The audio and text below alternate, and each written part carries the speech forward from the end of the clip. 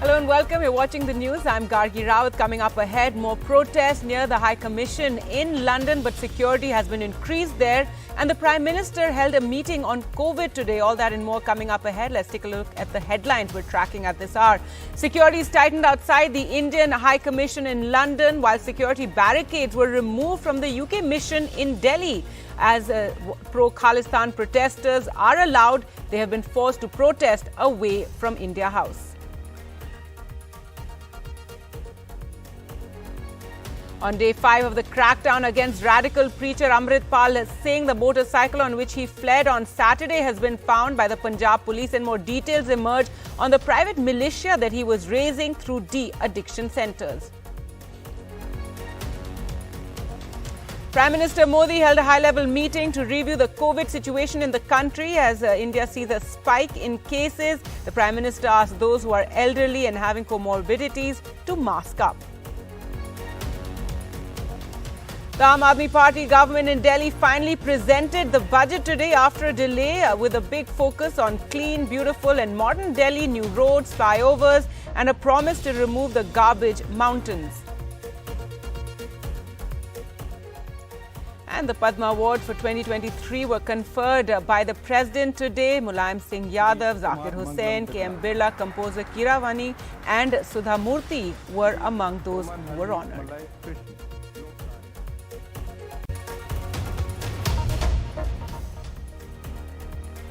The top story we're tracking, the Indian High Commission in London saw tight security today as pro-Khalistan groups were allowed to protest but kept away from the India House. They were allowed to hold their protests only on the other side of the road.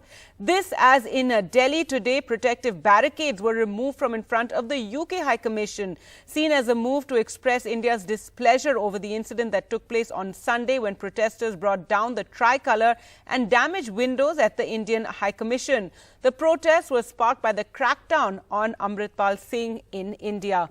Well, let's go across to Radhika Iyer now for more. And Radhika, earlier today we saw that build-up in security outside the Indian High Commission, and there were many layers of security. And while the protesters have been allowed to carry out their protests, they've been kept away from the mission on the other side of the road. Yes, that's absolutely right, Karki. The protests are still going on, but it's on the other side of the road. It's on the opposite side of the Indian High Commission. And there is a big stream of police personnel, as you can see, who are containing protests on the other side.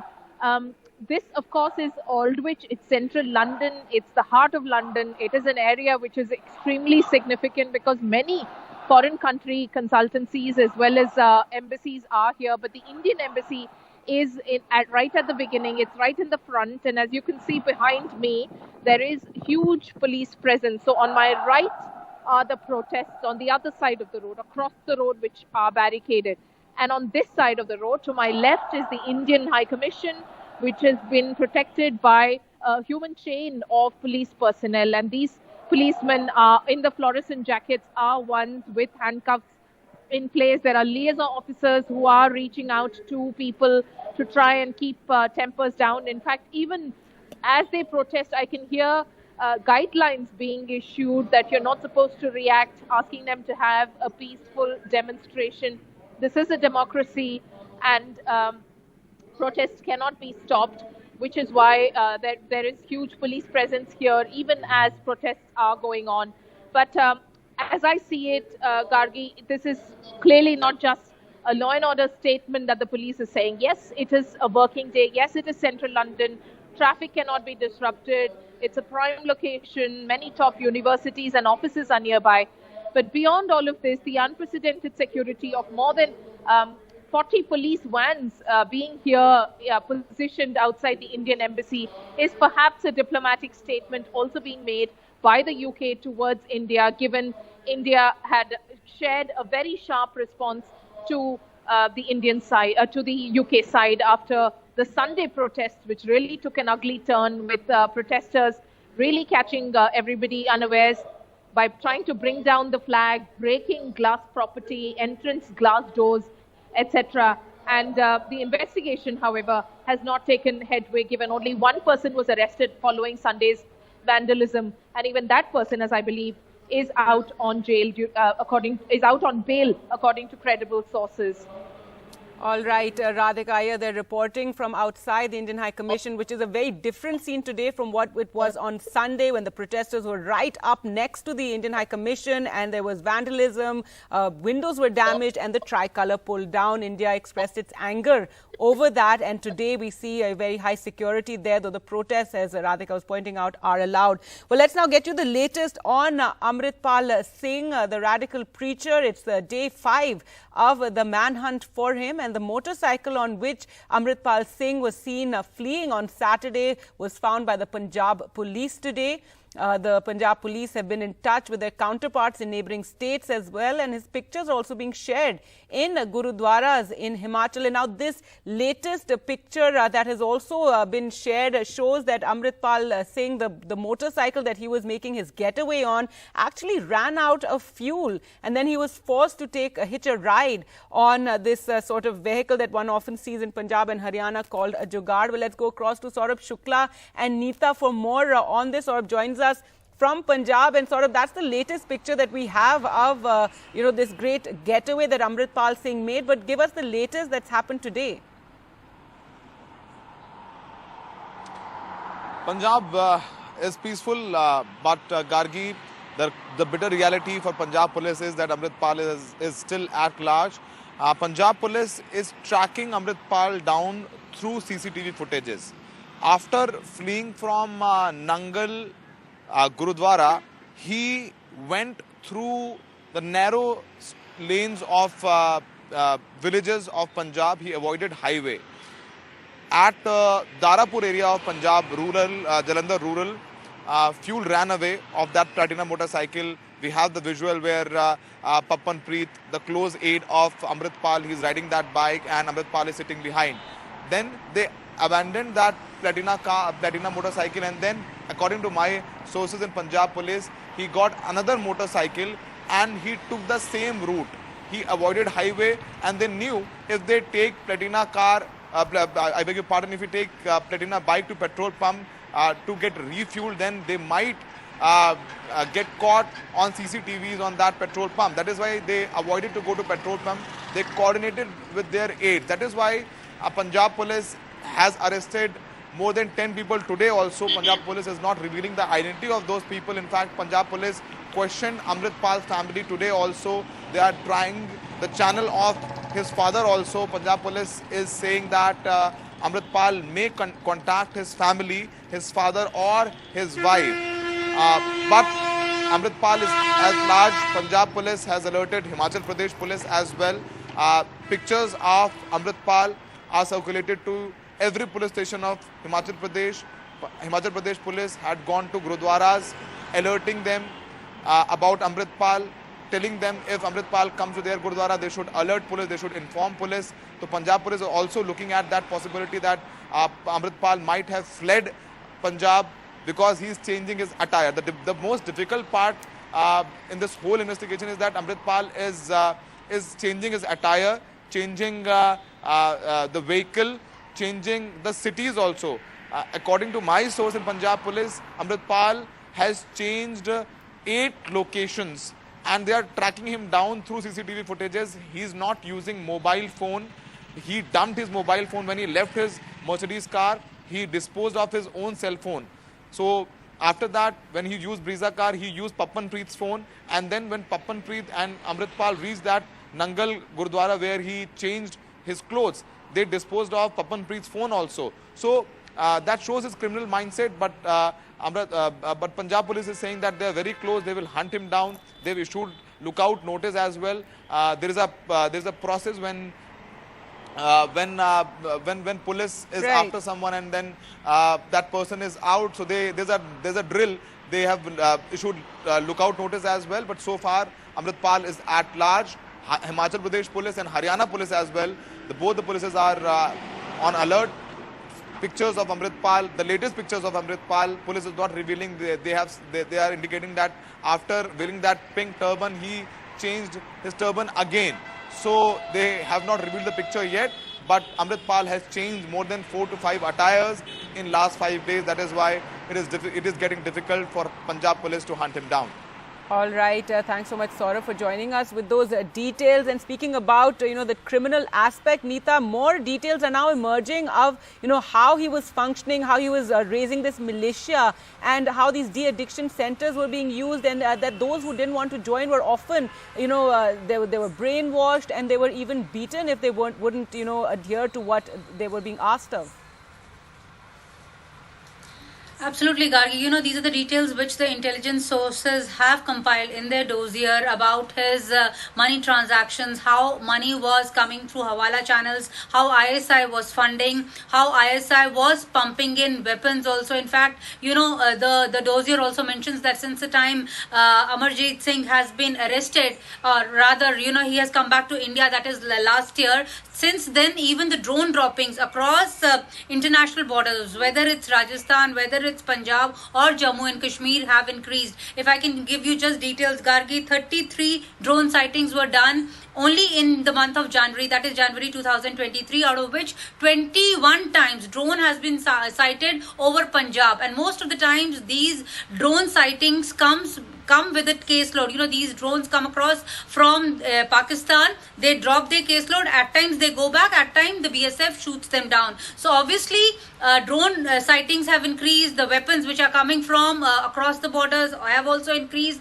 Agencies have markings of ISI, even Chinese markings when the weapons are coming from across the border. As far as his WPD is concerned, there are clear linkages that it is getting its money, it's being funded by Pakistan, ISI, how gurdwaras were being used as shelters to raise his own armed militia, how the de-addiction centers, he used to take out all these small yatras every day, going about 20 kilometers in a village, trying to mobilize the youngsters, trying to gear them, giving them bhashan, and also trying to say all anti-India sloganing he was actually doing. So he was trying to gear up. The dossier mentions that he was trying to turn one community against another community. So interesting details have come across, but the fact is, it all looks like a movie wherein a hero is on a run and everything is falling in place, but the police, is chasing and is always last to arrive. If we see, first he went by Mercedes car, nonetheless by the Mercedes car he was traveling, and then he went by Breeza, then by a motorbike. Every time his fuel ran out, or even his he wanted new clothes, there was a man who was waiting for him to give him all kind of assistance. So it is obviously, it seems like the Operation Swift, which the which the Punjab police and center had launched, as of now it seems like it's Operation Flop. Gargi? All right, thanks so much, Neeta and Saurabh, for joining us there with the very latest on Amritpal Singh. Now, in other news, Prime Minister Narendra Modi held a high-level meeting today to review the COVID situation. This amid a rise in cases in the country, and also to take stock of the public health preparedness. The Prime Minister has directed officials to enhance the genome sequencing. This will help track any newer variants. He also said that older people and those with comorbidities should mask up. Let's go across to Akhilesh for more. And Akhilesh, the Prime Minister calling this meeting, it went on for quite some time. Give us more highlights. Well, the main important point was that Prime Minister emphasized that the COVID is far from over, and we need to monitor across the country about the cases which are coming up. As we have been reporting that for the past 2-3 days, there's a rise of number of cases across the country, and in fact there are some deaths also. So Prime Minister did not waste much time, and he actually called the meeting today at 4:30 this afternoon. And the meeting went on for a very long time. He reviewed the entire situation. He was briefed by senior officials of the Health Ministry and other departments, and he was very clear that there should be genome sequencing to identify if there is a new variant or something like that, and also there should be mock drills across the health facilities across the country, so that preparedness is there, and we should not see a situation where there is some shortage of medicines or oxygen supply or something like that. So Prime Minister was very clear, and in fact this was he has been taking such meetings for a very long time now. In fact, 3 months ago, on 22nd December also, he chaired the same meeting, at a high-level meeting, and that was when there was restrictions were lifted in China, and that time there was apprehension that COVID cases can rise in India. So that time also he instructed the officials, and now again, once the cases are rising, Prime Minister undertook this high-level meeting. All right, thanks so much for joining us there with the very latest, Akhilesh. The Delhi government today finally tabled the budget, a 78,800 crore budget with a major push on infrastructure, education and health. The theme of the budget was a clean, beautiful and modern Delhi. Remember, the presentation was delayed on Tuesday due to a tussle between the centre and the AAP government. Here's a report. A key element in Delhi's 78,000 crore rupee budget, up 3,000 crore rupees or almost 4% from last year, and presented in the State Assembly a day late after an Aam Aadmi Party BJP tussle over clearances. It is the promise to clear these toxic landfills, mountains of garbage, within 2 years. हालांकि कचरे के पहाड़ से निपटने का काम MCD के दायरे में आता है, लेकिन दिल्ली के लोगों की खातिर हम एमसीडी के साथ मिलकर काम करेंगे और तीनों कूड़े के पहाड़ों का अंत सुनिश्चित करने के लिए हर संभव सहयोग प्रदान करेंगे. The biggest allocation is for education, a department held previously by the now under arrest Manish Sisodia, and one where the government claims big gains. At 16,575 crore rupees, it's a less than 2% increase from last year, but the highest percentage allocation for education across India, according to the Delhi Economic Survey. The government also said that its popular mohalla clinics that provide affordable healthcare will also be set up at metro stations. Free rides for women in city buses will continue for this year as well. Copy paste कर दिया, कुछ भी नया करने का समय नहीं और कुछ भी नया करने का विजन भी नहीं है. भारतीय जनता पार्टी अरविंद केजरीवाल सरकार के, आम आदमी पार्टी सरकार के दिल्ली बजट को न सिर्फ निंदा करती है बल्कि उनकी इस क्रूरता को दिल्ली के सामने रखती है. इतनी मुसीबतों के, इतने अड़चनों के बावजूद इतना कुछ 60 साल में हासिल कर लिया, ये हमारी शानदार एडमिनिस्ट्रेटिव स्किल्स दिखाता है. अगर ये सारी अड़चनें ना होती और दिल्ली फुल स्टेट होता तो आज पता नहीं हम दिल्ली को कहाँ ले गए होते. After a face-off between the Delhi LG and the Delhi government, the budget for the year 2023-2024 was finally presented in Delhi's Vidhan Sabha. One of the major promises made by the Aam Aadmi Party government was that all the 3 landfill sites will be removed by the end of 2024. And whether these promises will be fulfilled or not remains to be seen. Tanishq Punjabi for NDTV. And Prime Minister Narendra Modi today launched the 6G test bed to provide industry, academic institutions and others a platform to test and validate the evolving technologies. आज 6G test bed को भी launch किया गया है. ये digital India को नई ऊर्जा देने के साथ ही साउथ एशिया के लिए, ग्लोबल साउथ के लिए नए समाधान, नए इनोवेशन लेकर आएगा. खासकर हमारे एकेडेमिया, हमारे इनोवेटर्स, स्टार्टअप्स, हमारी इंडस्ट्री के लिए इससे अनेक नए अवसर बनेंगे. Now, a special report. The Indian Air Force is participating in the multinational air combat exercise Cobra Warrior, which is being carried out at the United Kingdom's Royal Air Force Base. India is taking part in the intense military exercise for the first time with multiple fighter jets and 145 Air Force personnel. The aim of the exercise is to bolster military cooperation and diplomacy. Here's a report.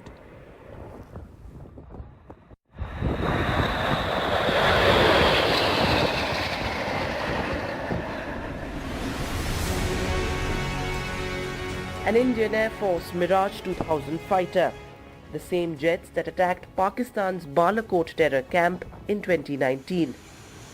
Here though, they are flying alongside British Air Forces participating in Cobra Warrior 2023. a crucial multilateral air exercise at Royal Air Force Waddington, a key air base in the UK. I come to you from the Waddington Air Base of the Royal Air Force here in the UK, and what you just saw right behind me was the Mirage 2000 taking off. And this year, this exercise is particularly crucial because it's for the first time in the history of the multinational military exercise that Indian Air Force is actually participating. And there you can see another Mirage 2000 took off to take part in the war games. These exercises are an opportunity to exchange best practices between air forces, and it is also about building closer ties with various friendly nations. Going full throttle for the war games, India has sent over 100 Air Force warriors, 5 Mirages, the strategic airlift transport aircraft Globemaster 3 and other refueling tanker jets to the UK. The capability to undertake air operations so far away from home with such limited numbers, it shows the Air Force capability that we are growing. As of now, we are the 4th largest Air Force, and this proves that at any part of the world we can undertake any kind of operations. The goal here is to improve combat skills and share operational tactics. Diplomatic benefits, and it's absolutely wonderful to have the Indian Air Force here alongside us, enhancing the partnership we have with one of our longest allies, and it's absolutely fantastic to be sharing this experience and learning from each other. Amid turbulent times for global security, a larger strategic message as the Indian Air Force looks to expand its footprint beyond the Indo-Pacific. This as India is participating in a similar exercise in the UAE with its indigenous light combat aircraft Tejas. This exercise assumes greater strategic importance given the fact that it comes close at the heels of the India-UK partnership of 2022. As for India, this exercise is crucial for the Indian Air Force that seeks to enhance its aerospace power and technological capability, with the recognition that any potential future conflicts will be fought across domains: the sea, the land, the air, and the space. In Waddington, Vedanth for NDTV.